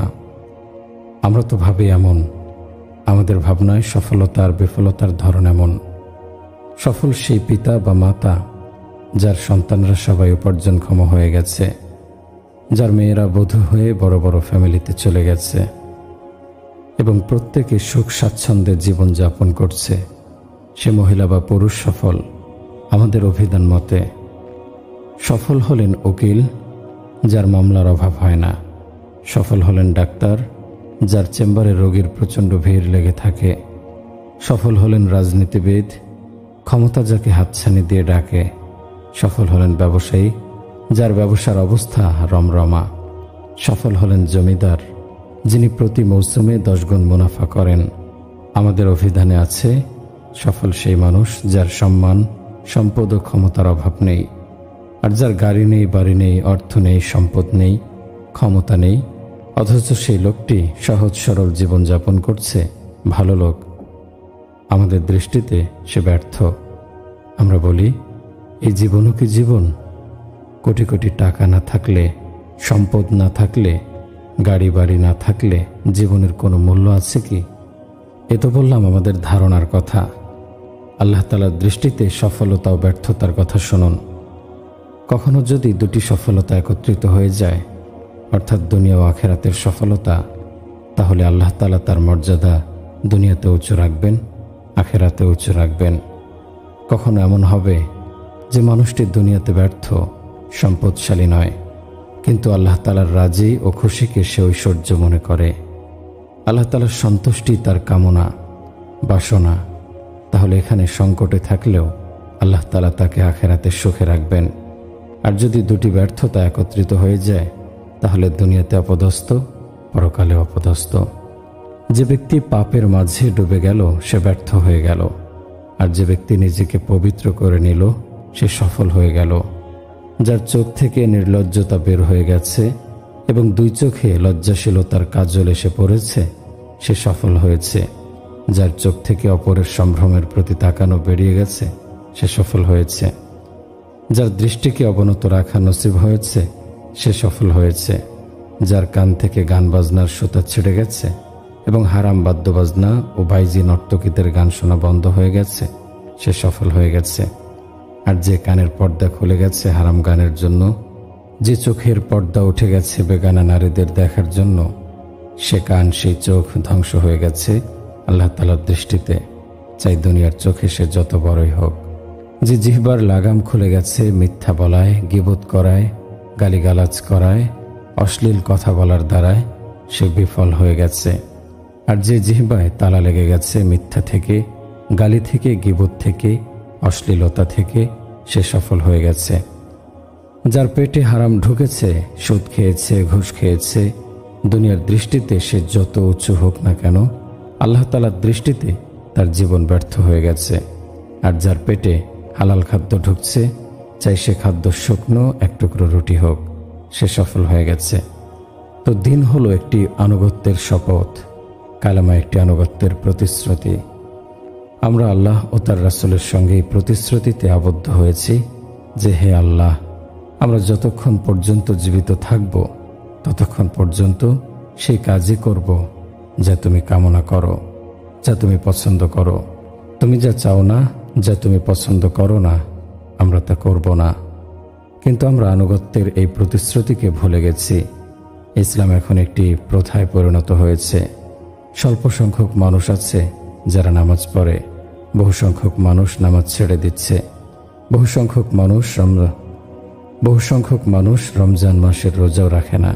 যাকাত দাতার সংখ্যা হাতে গোনা। যাকাতের মতো ফরজ ইবাদত মানুষ ভুলে গেছে। ভাই ও বোন আমার, মীমাংসার দিন সামনে আসছে, মীমাংসার জন্য হাসর আসছে।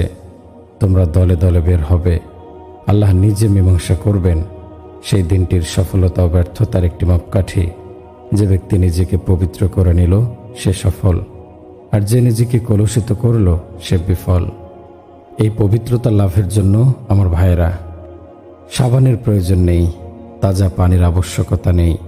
এই পবিত্রতার জন্য দরকার ঈমান, এই পবিত্রতার জন্য দরকার তাকওয়া, এই পবিত্রতার জন্য দরকার মুহাম্মদ সাল্লাল্লাহু আলাইহি ওয়াসাল্লামের আদর্শ ও তার গোলামি। আমরা আমাদের জীবনকে কলুষিত হতে দেব না, তাতে জীবন যাবে যাক, তবে আমরা সফল। ফেরাউন কুখ্যাত একজন মানুষ ছিল। জুলুম অত্যাচার এত বেশি করেছিল, পরবর্তী যুগের মানুষ ঘৃণা ভরে তার নাম নেয়। যে কোনো অত্যাচারীকে মানুষ ফেরাউন নামে ভূষিত করে। জালেম মানেই ফেরাউন, ফেরাউন মানেই জালেম। ফেরাউনের এক দাসী ছিল, সেই দাসী ফেরাউনের মেয়ের সেবা করত। একসময় দাসী মুসলমান হয়ে গেল, বিষয়টা গোপন ছিল। ইসলাম ও ঈমান এমন এক বস্তু যে যদি তার আগুন ঝলসে ওঠে তাহলে আর চাপা থাকে না। ঈমান এমন এক সম্পদ যাকে লুকিয়ে রাখা যায় না। পানি যখন পাত্রে টইটম্বুর হয়ে যায় তখন আর তা না টপকে পারে না, তেমনি অন্তর যখন ঈমানে ভরে যায় তখন তা অন্তর টইটম্বুর হয়ে বাইরে বেরিয়ে আসে। আমাদের দুর্ভাগ্য হলো আমাদের হৃদয়ে ঈমানের পানি উপচানো তো দূরের কথা, তাতে হৃদয়ের দেয়ালও ভেজে না। ঈমান আমাদের এতই দুর্বল যে তার হৃদয়ের এক কোণে পড়ে থাকে, টেরও পাওয়া যায় না। তো ফেরাউনের দাসী মুসলমান হয়ে গেল। একদিন দাসীর হাত থেকে চিরুনি পড়ে গেল। চিরুনি তোলার সময় বলল, বিসমিল্লাহি রব্বিল আলামিন। সে জানত না ফেরাউনের মেয়ে পেছনে দাঁড়ানো। মেয়ে দৌড়ে এসে হাত চেপে ধরল। দাসের নাম ছিল মাশতা। বলল, মাস্তা, কার নাম নিলি? আমাদের আব্বা কি বড় খোদা না? দাসের ইমান ভেতর থেকে জোশ মেরে উঠল। বলল, কখনো না, তোর আব্বা বড় খোদা না, তোর আব্বা তো 2 নম্বর। তো কার নাম নিলি? দাসী বলল, যে আমার রব তার নাম। দাসী বলল, যে আমার রব, তোর বাপের রব, সমগ্র জগতের রব। মেয়ে দৌড়ে বাপের কাছে গিয়ে বলল, আব্বা, তুমি কি বড় খোদা নও? ফেরাউন বলল, হ্যাঁ, আমি তো বড় খোদা। মেয়ে বলল, আব্বা, এটা নাকি ভুল, তুমি আমাকে ভুল বুঝিয়েছ। আমাদের দাসী আমাকে সন্ধান দিয়েছে, আমাদের নাকি আরেকজন রব আছে, যিনি আমাকে সৃষ্টি করেছেন, তোমাকে সৃষ্টি করেছেন, মাস্তাকে সৃষ্টি করেছেন, সমগ্র জগৎকে সৃষ্টি করেছেন। তুমি নাকি 2 নম্বর। কথা শুনে ফেরাউন বলল, আমার কাজের মেয়ে আমাকে অস্বীকার করে? এত বড় সাহস! ডাকো তাকে। ফেরাউন বলল, কোন রবের সংবাদ দিচ্ছ? দাসী বলল, তুমি জেনেও না জানার ভান করছ। ফেরাউন বলল, কোন রব? দাসী বলল, যিনি তোমার রব, আমার রব, তোমার মেয়ের রব, সমগ্র জগতের রব। ফেরাউন বলল, আমাকে মানিস না? দাসী বলল, প্রশ্নই আসে না। ফেরাউন বলল, পরিণতি ভয়াবহ হবে। দাসী বলল, যেমন চাও করো। ফেরাউন বলল, বড় কড়াইয়ে তেল গরম করো, নিক্ষেপ করো সন্তান সহ এই মহিলাকে। মহিলার 2টি সন্তান, একটি দুগ্ধপোষ্য, অপরটি হাটে। আগুন জ্বালানো হলো। আগুনের উপর বড় কড়াইতে তেল ফুটতে শুরু করলো। ফেরাউন বলে, কি চাস তুই? যদি নিজের জীবন বাঁচাতে চাস, যদি সন্তানদের জীবন বাঁচাতে চাস, তাহলে আমাকে রব মানতে হবে। আমি তোর ঘর ধন সম্পদে ভরে দেব। আর যদি মুসার রবকে মানিস, তাহলে কড়াইয়ের দিকে তাকা। আগে তোর চোখের সামনে তোর সন্তান 2টিকে সিদ্ধ করব, তারপর তোকেও পুড়িয়ে মারব। পারবি সহ্য করতে? সফল সে ব্যক্তি যে নিজেকে পবিত্র করে নিল। এই পরিস্থিতিতে করণীয় কি? প্রবৃত্তি বলছে, ঠিক আছে, জীবনটাকে আগে রক্ষা করো। আর ইমান বলছে, ফুটন্ত তেলের কড়াইতে ঝাঁপিয়ে পড়ো। এরই মাঝে সফলতা। দাসী বলল, আল্লাহ আমাকে 2টি সন্তান দান করেছেন। যদি আমার আরও সন্তান থাকতো, তাদেরও আমি আল্লাহর পথে কোরবান করে দিতাম। হে ফেরাউন, তুমি কি আর করবে? জীবনটাই তো নিয়ে নেবে। এই তো, ঠিক আছে, তোমার কাজ তুমি করো। আমার ভাইয়েরা, আপনি ক্ষণিকের জন্য 2500 বছর পেছনে চলে যান। এক মা, তোমাদের মতো এক মা, তার 2টি নিষ্পাপ কন্যা সন্তান আছে, ঠিক তোমাদের কন্যাদের মতো, যাদের ঠোঁটে নিষ্পাপ মুচকি হাসি লেপ্টে আছে। তাদের খবর নেই কি ভয়াবহ এক বিভীষিকা অপেক্ষা করছে তাদের জন্য। ওর মায়ের মুখ পানে তাকিয়ে তাকিয়ে হাসছে। মায়ের আঁচল ধরে রেখেছে শক্তভাবে, হাসছে। ফেরাউনের শক্তিশালী অত্যাচারী হাত বড় মেয়েটির ঘাড় মটকে ধরল। এক হাতে উপরে তুলে ধরে অপর হাতে পা 2টি একত্রিত করে ধরে ফেলল। বাচ্চাটি চিৎকার দিয়ে উঠল, মা! এমন মা কে আছে যার হৃদয়টা গলে যাবে না? শিশুরা সবার প্রিয় হয়ে থাকে, তাদের কান্না অন্য কেউ কাঁদায়। শিশুরা সহজ সরল নিষ্পাপ, ওরা হলো নিষ্পাপ ফুলদানি। তো ফেরাউন শিশুটির 2টি পা যখন ধরে ফেলল, শিশুটি চিৎকার দিয়ে বলল, মা! তখন এই মায়ের অবস্থাটা কেমন হয়েছিল? শিশুটি মা মা বলে চিৎকার করছিল। তার মাথাটা ফুটন্ত তেলের মধ্যে ডুবিয়ে দেয়া হলো। তারপর বেসন মাখানো বেগুনের মতো সম্পূর্ণরূপে ফুটন্ত তেলের মধ্যে ছেড়ে দেয়া হলো। মায়ের সামনে প্রিয় সন্তানটি ফুটন্ত তেলের কড়াইতে ভাজা হয়ে গেল। মা ধৈর্যের পরিচয় দিলেন। এক ফোঁটা অশ্রুও বের হলো না, সব ভেতরেই পান করে ফেলল। কিন্তু আল্লাহ তাআলা তো দেখছিলেন সব। কি বিভীষিকা নেমে এসেছে এক মায়ের ওপর। তিনি মহিলার চোখের ওপর থেকে পর্দা সরিয়ে দিলেন। সে মেয়ের নিষ্পাপ আত্মাটিকে দেখল চলে যাচ্ছে আকাশে। ফেরেশতারা আত্মাটিকে স্বাগত জানিয়ে নিয়ে যাচ্ছে। মেয়েটি হাসছে আর বলছে, আল্লাহ হাফেজ আম্মাজান, তুমি ভয় পেও না, আমরা একটু পরে একত্রিত হয়ে যাব, তুমি কেঁদো না। তারপর ফেরাউন দাসের কোলে থাকা ছোট শিশুটিকে ছিনিয়ে নিল, ছেড়ে দিল ফুটন্ত তেলের কড়াইতে। একটি আর্তনাদ শিশুটির মুখ থেকে বের হওয়ার সময় পেল না। দাসের এই সন্তানটিও ভুনা হয়ে গেল। আল্লাহ তাআলা মূল্যায়ন করেন, আল্লাহ তাআলা কারো কর্মের অবমূল্যায়ন করেন না। তিনি বান্দার কাজের ও বিশ্বাসের উপযুক্ত মূল্য দিয়ে থাকেন। মহান রব্বুল আলামিন দাসীকে দেখালেন আসল অবস্থা। দাসী তার সন্তানটির আত্মা বেরিয়ে যাওয়া দেখল আত্মাটি মাকে ডেকে বলছিল, মা তুমি কেঁদো না, আমরা এখনই আবার একত্রে মিলিত হব, তুমি ধৈর্য ধরো মা। এবার দাসীর পালা। দাসীকে ধরে আগুনে নিক্ষেপ করার পূর্বে দাসী বলল, আমার একটি কামনা আছে, জীবনের শেষ বাসনা, তোমার কাছে নিবেদন, আমার এই বাসনাটি তুমি পূরণ করবে। ফেরাউন জিজ্ঞেস করল, কি বাসনা তোমার? বলল, আমাকে পুড়িয়ে ফেলার পর কন্যা দুটির হাড়গুলো আমার থেকে পৃথক করো না, একত্রে পুঁতে দিও, এটুকু করলে আমার প্রতি তোমার বড়ই করুণা হবে। ফেরাউন বলল, ঠিক আছে, আমি তোমার বাসনা পূরণ করব। তারপর দাসী নিজেই পায়ে হেঁটে গিয়ে কড়াইতে ঝাঁপিয়ে পড়ল, যেন গরমের দিনে গোসল করতে শীতল পানির হাউজে ঝাঁপ দিয়েছে। দেখুন মহিলার ইমানের দৃঢ়তা, কি বিস্ময়কর সেই ইমানি চেতনা। আর আজকাল মহিলারা ইমানই শেখে নাই, পর্দা তাদের কাছে জুলুম মনে হয়, পর্দাকে তারা বোঝা মনে করে। আল্লাহ আমাদের সবাইকে সঠিক বোঝ দান করুন, আমিন। আর ওরা আল্লাহর বিধানের কাছে নতি স্বীকার করে জীবন কোরবান করে দিল। আর এদেরকে বোঝাতে হচ্ছে, পর্দা করো, যখন আল্লাহর সম্মুখে দাঁড়াবেন তখন কি জবাব দেবেন। আর অন্যদিকে আমাদের ব্যবসায়ীরা সুদ ছাড়তে রাজি নয়, মিথ্যা ছাড়তে রাজি নয়। এ যুগের মুসলমানরা গান গাওয়া, গান শোনা থেকে ফিরে আসতে রাজি নয়, বাদ্য বাজনা ছাড়তে রাজি নয়। আল্লাহ তাআলার অসন্তুষ্টিমূলক যত ধ্বংসাত্মক কাজ আছে, ধ্বংসের যত সব উপকরণ আছে, সেসব আজ মুসলমানের ঘরের শোভায় পরিণত হয়েছে। মানব জাতিকে কোরআনের বাণী শোনানো যে উম্মতের দায়িত্ব ছিল, সে উম্মত আজ তবলার তালে নাচছে। তো ফেরাউনের দাসী ফুটন্ত তেলের কড়াইতে ঝাঁপিয়ে পড়ল, পড়ে গেল, ভাজা হয়ে গেল, শুধু থাকলো হাড়গুলো। ফেরাউন তিনজনের হাড়গুলো একসঙ্গে মাটিতে পুঁতে রাখল। তারপর বিগত হলো 2000 বছর। কত দিন এলো, কত রাত এলো, কত ঋতু বদলালো, কত বসন্ত এলো, যুগ বদলালো, জাতি বদলালো। ইতিহাস 2000 বছর দীর্ঘ সফর করল। এই দীর্ঘ সফরের পর পৃথিবীর দিগন্তে নবুয়তের সূর্য উদিত হলো। 40টি বছর আরও কেটে গেল।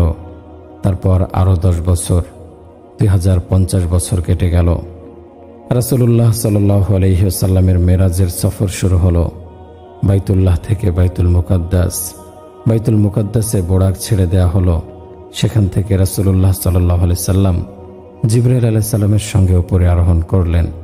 পথে জান্নাতের সুঘ্রাণ নাকে এলো। মিশর ওখান থেকে কাছাকাছি ছিল, নিচ থেকে জান্নাতের সুঘ্রাণ নাকে এলো। রাসূলুল্লাহ সাল্লাল্লাহু আলাইহি সাল্লাম জিজ্ঞেস করলেন, জিবরাইল, জান্নাতের সুঘ্রাণ আসছে কোত্থেকে? জিবরাইল আলাইহিস সালাম রাসূলুল্লাহ সাল্লাল্লাহু আলাইহি সাল্লামকে ফেরাউনের দাসের পুরো কাহিনী শুনিয়ে বললেন, হে আল্লাহর রাসূল, এই 3 মা মেয়ের হাড়গুলো যে স্থানটিতে সমাধিস্থ হয়েছে, সুঘ্রাণ সেখান থেকে আসছে।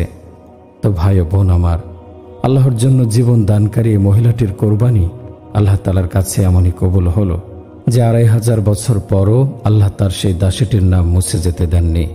অথচ মিশরে কত রানী এসেছে, কত ফেরাউন এসেছে, কত প্রতাপশালী বাদশাহ এসেছে, অথচ একজন মর্যাদাহীন দাসী আজও পর্যন্ত জীবিতই রয়ে গেছে।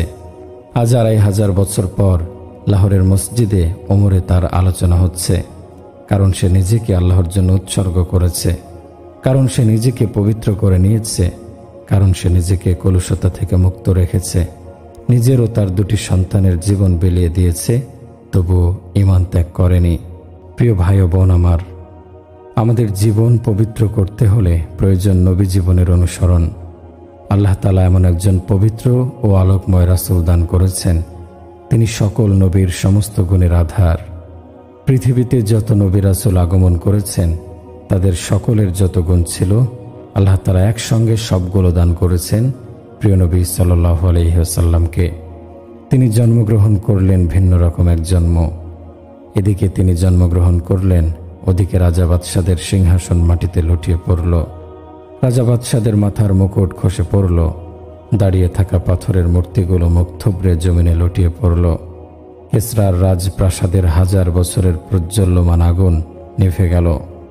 মক্কায় দাঁড়িয়ে থাকা লাত, মানাত ও উজ্জা, হুবলের মূর্তিগুলো ভেঙে পড়ল। গোটা পৃথিবীর মূর্তিগুলো ধরাশায়ী হল। এই পবিত্র শিশুর জন্মে নদীর মাছগুলো খুশিতে বাগবাগ। উভয় জগতের গৌরব এসে পড়েছেন। মা সন্তানকে কোলে তুলে নিলেন। মাও বিস্মিত যে কেমন শিশু, জন্মের সময় নবজাতকের নাভি ও অন্ত্রনালী মিলিত থাকে, কিন্তু রাসূল সাল্লাল্লাহু আলাইহি সাল্লাম যখন ভূমিষ্ঠ হলেন তখন তার অন্ত্রনালী কাটা ছিল, নাভিও ছিল পরিষ্কার পরিচ্ছন্ন। রাসূলুল্লাহ সাল্লাল্লাহু আলাইহি ওয়াসাল্লাম দুনিয়াতে এসেছেন খতনা অবস্থায়। একটি শিশু যখন জন্মগ্রহণ করে তখন তার গায়ে ময়লা জড়ানো থাকে। ভূমিষ্ঠ হওয়ার পর গোসল করিয়ে ময়লা পরিষ্কার করতে হয়। কিন্তু রাসূলুল্লাহ সাল্লাল্লাহু আলাইহি সাল্লাম যখন দুনিয়াতে এলেন তখন তিনি ছিলেন একদম পরিষ্কার পরিচ্ছন্ন ও পাক পবিত্র। একতিল ময়লাও শরীরের কোথাও ছিল না। ভূমিষ্ঠ হওয়ার সাথে সাথে পুরো কক্ষটি আলোকিত হয়ে গেল, চারদিকে আলো ছড়িয়ে পড়ল। সে আলোতে মা আমেনা সমগ্র জগৎটা দেখলেন, পূর্ব দেখলেন, পশ্চিম দেখলেন। তিনি বিস্মিত হয়ে গেলেন, এ কেমন শিশু? মা আমেনা শিশুটিকে কোলে নিলেন, বিস্মিত চোখে সদ্য ভূমিষ্ঠ হওয়া শিশুটির দিকে তাকিয়ে আছে। হঠাৎ মাথার উপর আকাশটা মেঘে ছেয়ে গেল। সেই মেঘের মাঝে রাসূলুল্লাহ সাল্লাল্লাহু আলাইহি সাল্লাম অদৃশ্য হয়ে গেলেন। মা আমেনার মনে হলো সন্তানটি তার কোলে নেই, অদৃশ্য হয়ে গেছে। মা আমেনার বিস্ময় যেন কাটছেই না। হঠাৎ মেঘের মধ্য থেকে আওয়াজ এলো, তুফু বিহি মাশারিকাল আরদি ওয়া মাগারিবিহা লিইউরাফু বিসমিহি ওয়া নাআতিহি ওয়া সূরাতিহি। এই শিশুটিকে পৃথিবীর পূর্ব পশ্চিম ঘুরিয়ে আনো, যাতে জগৎ তার নাম, পরিচয় ও আকার সম্পর্কে অবগতি লাভ করে। আর তাকে দাও খুলুকা আদামা, আদমের আখলাক, মারিফাতা শীষ, শীষের অন্তর্জ্ঞান, শাজাআতা নূহ, নূহ এর সাহসিকতা, খুল্লাতা ইব্রাহিম, ইব্রাহিমের বন্ধুত্ব, লিসানা ইসমাইল, ইসমাইলের বাগ্মিতা, হিকমতা লুত, লুতের প্রজ্ঞা, হৃদি ইসহাক, ইসহাকের সন্তুষ্টি, বুশরা ইয়াকুব, ইয়াকুবের সুসংবাদ, জামালা ইউসুফ, ইউসুফের রূপ, সবরা আইয়ুব, আইয়ুবের ধৈর্য, কুওয়াতা মূসা, মূসায়ের কঠোরতা, জিহাদা ইউশা, ইউশায়ের জিহাদ, সওতা দাউদা, দাউদের কণ্ঠ, হুব্বা দানিয়াল, দানিয়ালের ভালোবাসা, ওকরা ইলিয়াস, ইলিয়াসের আত্মমর্যাদা, জুহুদা ঈসা, ঈসায়ের দুনিয়া বিমুখতা, হাইবাতা সুলাইমানা, সুলাইমানের প্রভাব, তাআতা ইউনুস, ইউনুসের আনুগত্য। আর সকল নবীর সমস্ত গুণ দ্বারা এই শিশুটিকে সাজিয়ে দাও এমন একজন নবী, ১০০ লাখ নবীর গুণ যিনি জন্মের সময় লাভ করেছিলেন। তারপর ৬৩ বছরের সাধনায় উন্নতি করে তিনি কোথায় গিয়ে পৌঁছেছেন। তার পবিত্র জীবনটি এত আলোকময়, এত পবিত্র। আপনি যদি এই পবিত্র মানুষটির অনুসরণ করেন তাহলে আপনিও পবিত্র হয়ে যাবেন। আর যদি কোনো অপবিত্র আদর্শের পেছনে হাঁটেন তাহলে আপনিও অপবিত্র হয়ে যাবেন। আপনি পচা গলা নর্দমায় গিয়ে নিক্ষিপ্ত হবেন, আপনার পরকাল হবে ধ্বংস। তো এই পবিত্রতার পথ ও পন্থা হল মুহাম্মদ সাল্লাল্লাহু আলাইহি সাল্লামের জীবন আদর্শ। আরবের মানুষগুলো হাতে গড়া মূর্তির পূজা করে নিজেদেরকে চরমভাবে কলুষিত করেছিল। সেই কলুষিত মানুষগুলো মুহাম্মদ সাল্লাল্লাহু আলাইহি সাল্লামের আদর্শ অনুসরণ করে তার সঙ্গে যুক্ত হয়ে পৃথিবীর শ্রেষ্ঠ পবিত্র মানুষে পরিণত হয়েছিল। হযরত মুহাম্মদ সাল্লাল্লাহু আলাইহি সাল্লামের জীবনী হল সাবান, যা আত্মাগুলোকে ধুয়ে পরিষ্কার করে দেয়, যা দেহের প্রতিটা লোমকূপ থেকে পাপের ময়লা বের করে দেহকে পরিচ্ছন্ন করে তোলে। এটি সেই জীবন বার্তা যা জীবনকে জীবনী শক্তি দান করে। আজ আমরা জীবিত হয়েও মৃত। আমাদের অন্তর আজ আমাদের দেহের সমাধি। আমরা মৃত আত্মা নিয়ে ঘুরছি। আল্লাহর ভালোবাসার মাধ্যমে, রাসূলের ভালোবাসার মাধ্যমে মৃত আত্মাকে জীবিত করে তুলুন। আত্মাকে পবিত্র করুন, তার মাঝে আলো জ্বালান। আত্মা পবিত্র হয়ে গেলে আল্লাহ আপনাকে দুনিয়াতেও সফল করবেন, আখেরাতেও সফল করবেন। প্রিয় ভাই ও বোন আমার, এটি সেই পবিত্রতা যে পবিত্রতা আপনাকে আল্লাহর দরবারে মর্যাদাবান করে তুলবে, আপনাকে আল্লাহ তাআলার সন্তুষ্টির পরোয়ানা ধরিয়ে দেবে, আজীবনের জন্য আপনাকে দুনিয়া ও আখেরাতের সুখ দান করবে। এটি ছাড়া বাকি সব ধোঁকা, সব প্রতারণা। চোখ দুটি বন্ধ হলে বুঝবেন কিছু নেই, তখন দেখবেন সব প্রতারণা। জগৎটা প্রতারণার বাজার। একজন মর্যাদার আসনে অধিষ্ঠিত হলো, এটিও প্রতারণা। একজন গাড়ির মালিক হয়েছে, এটিও প্রতারণা। একজন বাড়ির মালিক হয়েছে, একজন জাহাজের মালিক হয়েছে, এটিও প্রতারণা। আপনি জমিদার, আপনি শিল্প কারখানার মালিক, সবই প্রতারণা। এটি এমন এক জীবন যেটির অস্তিত্ব মিটে যাবে। আপনার অস্তিত্ব কবরের মাটির সাথে মিটে যাবে। রাসূলুল্লাহ সাল্লাল্লাহু আলাইহি সাল্লাম যে জীবনের কথা বলেছেন সেটি হলো পবিত্র মর্যাদার জীবন। এটিই সেই জীবন বার্তা যা জীবনকে জীবনী শক্তি দান করে। আজ আমরা জীবিত হয়েও মৃত। আমাদের অন্তর আজ আমাদের দেহের সমাধি। আমরা মৃত আত্মা নিয়ে ঘুরছি। আমরা হযরত মুহাম্মদ সাল্লাল্লাহু আলাইহি সাল্লামের পবিত্র জীবনকে অবলম্বন করে এই পথে চলব, যে পথে চললে পবিত্রতা অর্জিত হয় এবং আল্লাহর সন্তুষ্টি লাভ করা যায়, যাতে দুনিয়াও গড়বে, আখিরাতও গড়বে।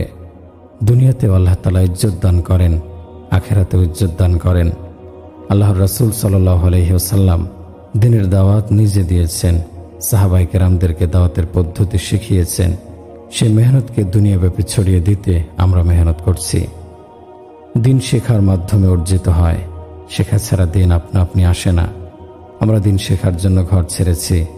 দিন যদি ঘরে বসে পাওয়া যেত, আমরাও আরামের সঙ্গে নিজ ঘরে বসে থাকতাম, ব্যবসা বাণিজ্য নিয়ে পড়ে থাকতাম, স্ত্রী সন্তান নিয়ে বসে থাকতাম। কিন্তু আমাদের অন্তরে একটি কথা গেঁথে গেছে যে আল্লাহর সঙ্গে সম্পর্ক গড়তে হলে পার্থিব কামনা বাসনা পরিত্যাগ করতে হয়। আল্লাহর প্রিয় হতে হলে কোরবানি দিতে হয়, ঘরবাড়ির স্বাদ পরিত্যাগ করতে হয়, আল্লাহর দাওয়াত নিয়ে বিশ্বময় ঘুরে বেড়াতে হয়। আজ আমাদের ভেতর ঈমান আছে, কিন্তু ঈমানের কোনো উন্নতি নেই, প্রবৃদ্ধি নেই। আমাদের প্রতি রাসূলুল্লাহ সাল্লাল্লাহু আলাইহি সাল্লামের অনুগ্রহ অপরিসীম। উম্মতের দরদি নবী সাল্লাল্লাহু আলাইহি ওয়াসাল্লাম অনাহারে থেকে পেটে পাথর বেঁধে আমাদের উপকার করে গেছেন। আল্লাহর দিনকে আমাদের পর্যন্ত পৌঁছে গেছেন। 3 দিন পর্যন্ত তার ঘরে চুলা জ্বলেনি, 2 মাস পর্যন্ত পেট ভরে খেতে পারেননি, অথচ তিনি চাইলে উহুদ পাহাড়ও স্বর্ণ হয়ে যেত। সারাটা জীবন তিনি জেনে বুঝে অনাহারে অর্ধাহারে কাটিয়েছেন, যেন তার গরিব উম্মতেরা সান্ত্বনা পায় যে আমাদের নবী আমাদের জন্য কষ্ট স্বীকার করেছেন। আমরা কোথায় সান্ত্বনা পেতাম যদি আমাদের নবী না খেয়ে দিনাতিপাত না করতেন? এই গরিব মানুষগুলো কোত্থেকে সান্ত্বনা গ্রহণ করত? এখন তো আমরা সান্ত্বনা নিতে পারি যে আমাদের নবীও না খেয়ে দিন অতিবাহিত করেছেন। একদিন হযরত বেলাল রাদিয়াল্লাহু আনহু আজান দিয়ে এসে বললেন, ইয়া রাসূলুল্লাহ, নামাজ পড়াতে আসুন। রাসূলুল্লাহ সাল্লাল্লাহু আলাইহি সাল্লাম বললেন, আমার কাপড় ভেজা, শুকাতে দিয়েছি, শুকাক, তারপর গিয়ে নামাজ পড়াবো। দোজাহানের বাদশাহ সাইয়্যিদুল মুরসালিন আমার প্রাণের প্রিয় রাসূলের মাত্র 1 জোড়া কাপড় ছিল। এমন অনুগ্রহ তিনি রেখে গেছেন আমারও আপনার ওপর। তিনি চাইলে সোনার উপর ঘর বানাতে পারতেন, কিন্তু জীবনটা অতিবাহিত করেছেন খেজুর পাতার ছাউনি ঘরে। তিনি চাইলে সাওয়ারির জন্য বোরাক সবসময় ঘরের সামনে দাঁড়িয়ে থাকত, কিন্তু তিনি কখনো পায়ে হেঁটে, আবার কখনো উটের পিঠে সাওয়ার হয়ে জীবন কাটিয়েছেন। তিনি চাইলে প্রতিদিন নতুন নতুন পোশাক পরিধান করতে পারতেন, কিন্তু তিনি 1 জোড়া পোশাকে বছর পার করেছেন। তিনি চাইলে স্ত্রী কন্যাদের জন্য জান্নাতের পোশাক নামিয়ে আনতে পারতেন, কিন্তু তার স্ত্রী কন্যাদের কাছে প্রয়োজনের অতিরিক্ত 1 জোড়া পোশাকও ছিল না। আসলে প্রয়োজনের অতিরিক্ত কোনো কিছুর চাহিদাও তাদের মধ্যে ছিল না। রাসূলুল্লাহ সাল্লাল্লাহু আলাইহি ওয়াসাল্লাম এমনটি কেন করলেন? শুধু তার গরিব উম্মতের জন্য, আপনার আমার সান্ত্বনার জন্য। নিজে কষ্ট সহ্য করেছেন, সন্তানদেরকে কষ্টের মাঝে প্রতিপালন করেছেন, নিজের জীবনকে কষ্ট দিয়েছেন, নিজের সন্তানদের কষ্টের মাঝে জীবন যাপন করা শিখিয়েছেন। কেন? উম্মতকে কথা বোঝানোর জন্য যে আমি তোমাদের জন্য, তোমাদের মুক্তির জন্য বহু কষ্ট স্বীকার করেছি। তোমরা এই বিষয়টা ভুলে যেও না। জীবনে যত কষ্টই স্বীকার করতে হয় করো, কিন্তু আমার তরিকা ত্যাগ করো না, তাতে তোমারই উপকার হবে। তুমি পাবে পবিত্র জীবন, পাবে নাজাতের পথ। আল্লাহর রাসূল সাল্লাল্লাহু আলাইহি ওয়াসাল্লামের মতো উম্মতের এমন দরদি মানুষটির সুন্নত নিয়ে আজও কিছু হতভাগা মস্করা করে। আল্লাহর রাসূল সাল্লাল্লাহু আলাইহি ওয়াসাল্লামের মতো উম্মতের এমন দরদি মানুষটির পবিত্র মহান আদর্শ ছেড়ে কত হতভাগা আজ মানব রচিত আদর্শের জন্য জীবন দিচ্ছে। তো আমার ভাই ও বোনেরা, আমরা এতটা অকৃতজ্ঞ কিভাবে হতে পারলাম? আপনারা তার মতো উম্মতের দরদি একজন মানুষ খুঁজে আনুন তো। বিশ্ব মানবতার পরকালীন মুক্তির জন্য তার মতো একজন ক্রন্দনকারী খুঁজে বের করুন। তিনি আমাদের জন্য এমন দরদি ছিলেন যার সারা রাতের ক্রন্দন ফেরেশতাদেরও কাঁদিয়েছে। হে আল্লাহ, আমার উম্মত, আমার উম্মত। যার কন্যাদের ক্ষমা করে দেয়া হয়েছে, যার জামাতাদের ক্ষমা করে দেয়া হয়েছে, যিনি স্বয়ং জান্নাতের চাবি হাতে পেয়েছেন, যার সহচরগণের ওপর আল্লাহ তাআলা রাজি খুশি, তিনি কেঁদেছেন কেন? তারপর ওই কান্না তিনি কার জন্য কেঁদেছেন? সর্বকালের সব মুসলমানদের জন্য, আল্লামা ইকবাল টাউনের মুসলিম নারী ও পুরুষের জন্য, যেন আল্লাহ তাআলা সবাইকে ক্ষমা করে দেন। তো এতটুকু ভালোবাসা আমাদের আল্লাহ ও তার রাসূলের সঙ্গে গড়ে নেওয়া আবশ্যক যে তাদের খাতিরে আমরা আমাদের কামনা বাসনাকে কোরবান করে দেব। সকল নবী রাসূল নিজ উম্মতের কথা সেদিন ভুলে যাবেন, একমাত্র আমাদের পেয়ারা নবী হযরত মুহাম্মদ সাল্লাল্লাহু আলাইহি ওয়াসাল্লাম বলবেন, হে আল্লাহ, আমার উম্মতকে বাঁচাও, আমার উম্মতকে বাঁচাও। আজ মানুষ কত সহজে বলে ফেলে, সুন্নতের আবার প্রয়োজন কি? বড় আফসোস, এমন একটি যুগ আসমান জমিনকে দেখতে হলো যে রাসূল উম্মতের জন্য এত কষ্ট, এত ত্যাগ স্বীকার করে গেলেন, তার মহান আদর্শ নিয়ে, সুন্নাত নিয়ে আজ মশকরা করা হচ্ছে। কিয়ামতের দিন আল্লাহ তাআলা অন্তরগুলোকে চিরে চিরে দেখবেন, বান্দা অন্তরে কাকে বসিয়েছে, এই হৃদয়ে কার ভালোবাসা দ্বারা সজ্জিত ছিল। তাই সাবধান, আল্লাহ ও তার রাসূলকে ছেড়ে এই অন্তরে কাকে বসাচ্ছেন। আমরা যাই কিছু করি না কেন, ছোট হোক কিংবা বড়, প্রতিটি আচরণ ও নড়াচড়ার উপর পাহারা বসিয়ে রাখা হয়েছে। আল্লাহর ফেরেশতারা সবকিছু লিখে রাখছেন। তারা এক মুহূর্তের জন্য আমাদের থেকে উদাসীন হন না, অন্য মনস্কও হন না। আমরা পলকের জন্য তাদের থেকে লুকাতে পারি না, তাদের ফাঁকি দিতে পারি না। তো ভাই ও বোন আমার, আল্লাহ তাআলা কোনো মানুষকে বেকার ছেড়ে দেননি, স্বাধীনও নয়। সব মানুষকে বেষ্টনী দিয়ে রাখা হয়েছে। কিয়ামতের দিন আল্লাহ তাআলা এই বেষ্টনী খুলে দেবেন।